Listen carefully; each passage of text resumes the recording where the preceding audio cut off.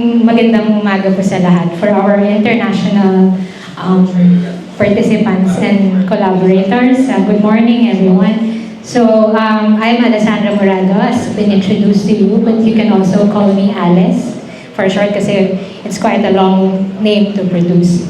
So, today, this morning, I'm going to present to you an example of how we use Earth Ranger in our organization. So, actually, we are a very young organization, a very local organization. We are very new to the scene of the NGO, so it is very quite an honor for us to join you here today, especially that we are together with huge NGOs like RARE, CCI, and the like, and we are only a very small represented by a very small group of people, so it is really quite an honor for us to share the stage with you.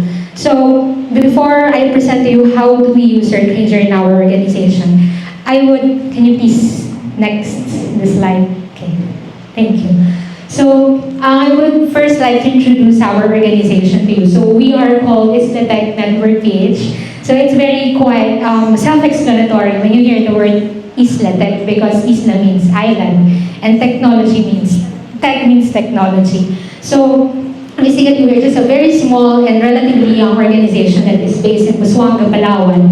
And since we are working in Busuanga, we are only limiting our work in the area.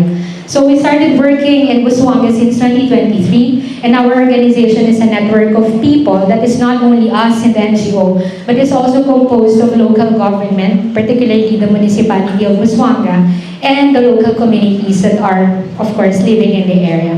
So essentially, our aim is to advance island and coastal conservation in the Philippines by integrating innovative technologies, evidence-based research, and community development. So as you see here in our organization, we are mainly focused on applying relevant technologies to support conservation work. And one example of how we do this is through Earth Ranger. So that is why we are also invited in the stage with you. So I'm going to present, can you, next slide, okay, thank you. So how do we use Earth Ranger in Busuanga? So Earth Ranger is a very useful tool for conservation work because simply, we cannot protect what we don't know. So if we do not have data or information about the area that we are trying to protect, then we actually don't know how do we do our strategies, how we apply our strategies to protect our area. So in our NGO, we develop a community-based system of monitoring that we call the Busuanga Coastal Watch System. So it's very, again, self-explanatory. That it's quite ambitious, but it is in the running in its very early stages. So we are quite hopeful in the future on how we can implement this system that we are trying to do. So in our Busuanga Coastal Watch System, we use Earth Ranger as a central tool for reporting or for monitoring. So actually, since we are working in ISLATEC, so basically we only use Earth Ranger in monitoring our coastal waters, particularly the municipal waters of Busuanga. And we do not have yet implementation of Earth Ranger on land. So basically we are just using Earth Ranger in water. So how do we specifically use Earth Ranger in Busuanga? So first, for commercial fishing vessels and small-scale fishing monitoring, I think this is very relevant for some of the people that are here with us, especially before in Fish Ride. So I hope that we can collaborate in the future. And we also use Earth Ranger in marine protected area monitoring. And lastly, we also use Earth Ranger in marine wildlife monitoring. So currently, in our Busuanga Coastal Watch System, we have already trained about 15 users or local communities users on the ground. But right now, we only have about 50% of which that are very active. That works with us in monitoring our area. Okay, can you please, next? Okay. So before we proceed on the specific case use of how we use Earth Ranger in monitoring the small-scale fishing and commercial fishing vessels in Busuanga, I just want to present this for us to put into perspective. That we know for a fact that commercial fishing within municipal waters are not allowed under law, specifically under RA 8550 as amended by RA 10654, And it was actually, in the case of Palawan, it is actually reiterated in April 2020, in just April 2026, used during the Palawan Ordinance number 3761 that reiterates that it's not allowed to do commercial fishing within municipal waters. So, nationally, Palawan is one of the hotspots of commercial fishing within municipal waters, and much of this is happening in the north of the province. And one of the northern province of Palawan is in Busuanga. It is actually the northernmost municipality in Palawan. So if you look at this map, before that, the specific violation for commercial fishing vessel is lintigan fishing and the use of superlight. According to Penalosa and Geronimo 2010, that this study was conducted together with Fishright and before. So if you look at the map here, you can look at the red triangles there. This is the concentration of detections of night lights that we use from Skylight that I think will be introduced to you tomorrow in this program. So you can see here the detection from January to May 2026, the nighttime light detections from Skylight. And we can see here that there are so many there are so many commercial fishing or suspicious commercial fishing vessels that are within the municipal waters of Busuanga. So given that, with this, it puts at risk not only the biodiversity of Busuanga, but also the livelihood of our local communities, especially the local fisherfolk. So, using Earth Ranger, what we do to monitor can you please next?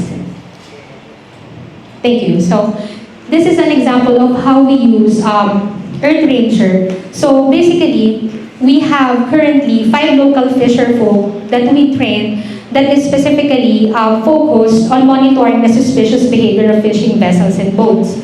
So, we can see here from January to May 2026, there were 61 patrols that were conducted by our 5 local fisherfolk users. And one of that, there were 22 suspected IUU fishing incidents that were reported. And it is actually the incidents reported are mostly composed of the use of superlight, the pamulong or what you call the purse-seine net fishing, and lintigan fishing. And from this monitoring that we do, there were 2 incidents that were responded by enforcement authorities just in January to May 2026. And one of the 23 suspected behavior of vessel is this lintigan fishing that you see here, there in this area, and the superlight that was reported on May 5, 2026. And actually, the same vessel was spotted again on May 7, 2026. So that was on during the daytime. So this vessel has been here for quite a long time. So now if you also look at this map, it is not very clear, but these are actually the reports of our local fisherfolk just on January to May 2026. So you can see here that most of the reported suspected illegal fishing in the area in Busuanga is located on the northern portion. And if you look at it, in the skyline, can you please go back to the previous slide? If you look at this map, it is quite consistent or similar to the report that was reported in Skylight and with the local fisherfolk. With that being said, we can be able to validate what we are seeing on the ground and what we are also seeing in satellite. So that is a good case use example of Earth Ranger and also using Skylight in this sense. Can you please, again, sorry. So previously I presented to you how communities has helped us to inform what is happening on the ground. So of course, the communities cannot really see on wide scale or in the entire horizon of their coastal area. So how do we use this or how do we inform our communities of what is going on in the sea? So now we developed some kind of, creating information or a dashboard-like system that we give to the local communities and the local government through the use of Skylight. So we have some kind of Skylight and Earth Ranger integration, but because of so many so many commercial fishing vessels that are entering the municipal waters, it is quite difficult to actually integrate Skylight because you will be given alerts all the time. So that's why we actually removed Skylight in our integration, and I think we only use a certain portion of it to monitor a certain area in municipal waters. But it is quite difficult for us because in our case, commercial fishing vessels is quite a lot in the area.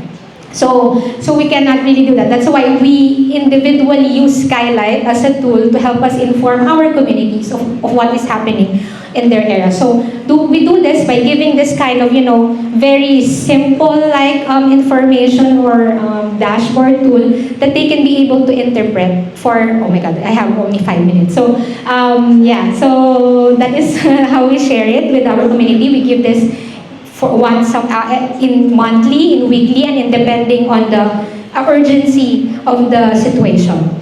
So another way for us to, can you please next? So aside from commercial fishing vessels, small-scale fisheries monitoring, we also use our Earth Ranger to monitor very important MPA in Busuanga. That is the Concepcion Sagrada Bugtong MPA. It is actually awarded by the Para-Elmar 2025 as the largest effectively managed local MPA in the entire Philippines. So it is a very important marine protected area in the country. Since it is an MPA, it is important for us to strengthen its monitoring. That's why we pilot tested the use of Earth Ranger in the MPA. Actually, we just pilot tested the Earth Ranger in this MPA just in March 2026, only this year. So can you please next? Okay. So what did we do? So currently, we have trained about 3 MPA warden users out of the 6 MPA wardens that are responsible or that are stationed in the MPA. So the MPA is actually 676 hectares in size. So it's quite a lot. So yeah, so we trained about 3 MPA warden users. And since April to May 2026, there were about 22 patrol tracks that were documented by the wardens with a total of 100 hours of time spent in their patrols. So you can see in the tracks of the wardens, the more dark it is, the more time they spend in patrolling. And the graph here shows the daily hours on the bar chart, the daily hours of patrol to wardens. So what can we look at this? What can be inferred from this data? This data shows that MPA wardens are somewhat consistent in conducting their patrols in the MPA. And since the implementation of Earth Ranger, we reported very minimal illegal activities in the MPA, such as the reported incidents of mangrove cuttings. Before this implementation of Earth Ranger in the ground, there is a lack of proper documentation for these incidents and patrolling activities. So we believe that Earth Ranger is a very important tool for us to monitor this kind of incidents or patrolling activities. Next, please. Thank you. So another thing or another use that we do or apply Earth Ranger is we monitor the situation or the marine wildlife in Busuanga. So, okay, last 3 minutes. So, what we do here is we only focus on dugong strandings. So, you know for a fact that dugongs are very an endangered animal in the Philippines. And actually, in the entire Philippines, there are only very limited habitat that is remaining for them. And one of which is the Calamianes, the northern Palawan. And in that case, it involves Busuanga as well. So you see, Busuanga is a very important site. So it is one of the most important habitats in the Philippines of dugongs. And if you look at this study by Aragon et al. 2024, there are actually 3 hotspots of strandings in the Philippines of dugongs, and one of which is in Busuanga. So the rest are in Davao and Sarangani Gulf. So can you please next? If we look at this data, so we have this data from August 2024 to June 2026. We reported 8 dugong strandings, in which 7 died. And 1 successful release that occurred in September 2024. And the highest strandings were in 2025. It may seem that it's very few, right? You see, oh, it's only 8 strandings of dugongs.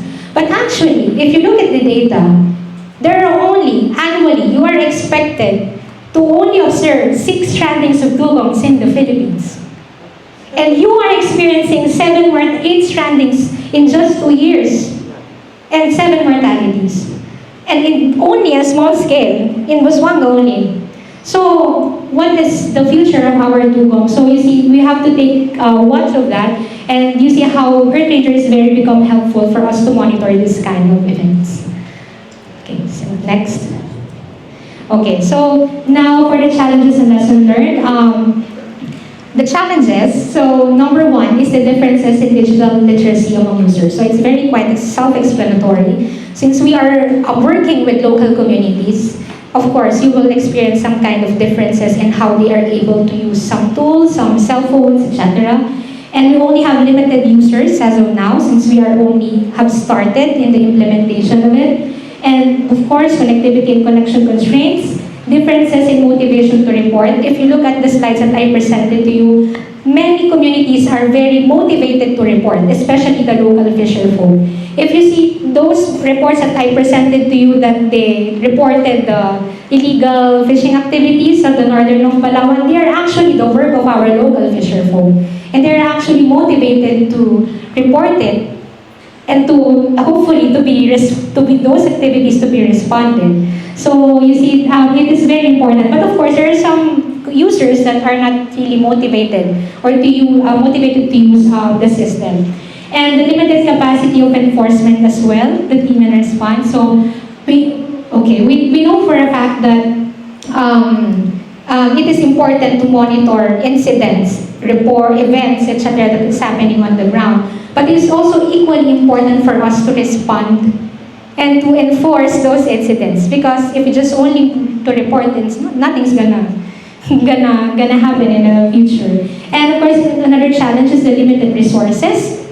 That's also self-explanatory. And the lessons learned. So again, data collection is important to gather information or situation about the situation in the area. So another important thing is regular training and continuous follow-ups are vital, because there are different literacy in using of digital tools, and community collaboration is a core tool for reporting and monitoring. The one that I showed to you earlier is not only our work, but the work of our local communities. So you see, community collaboration, without them, we were not able to gather this information that I presented to you.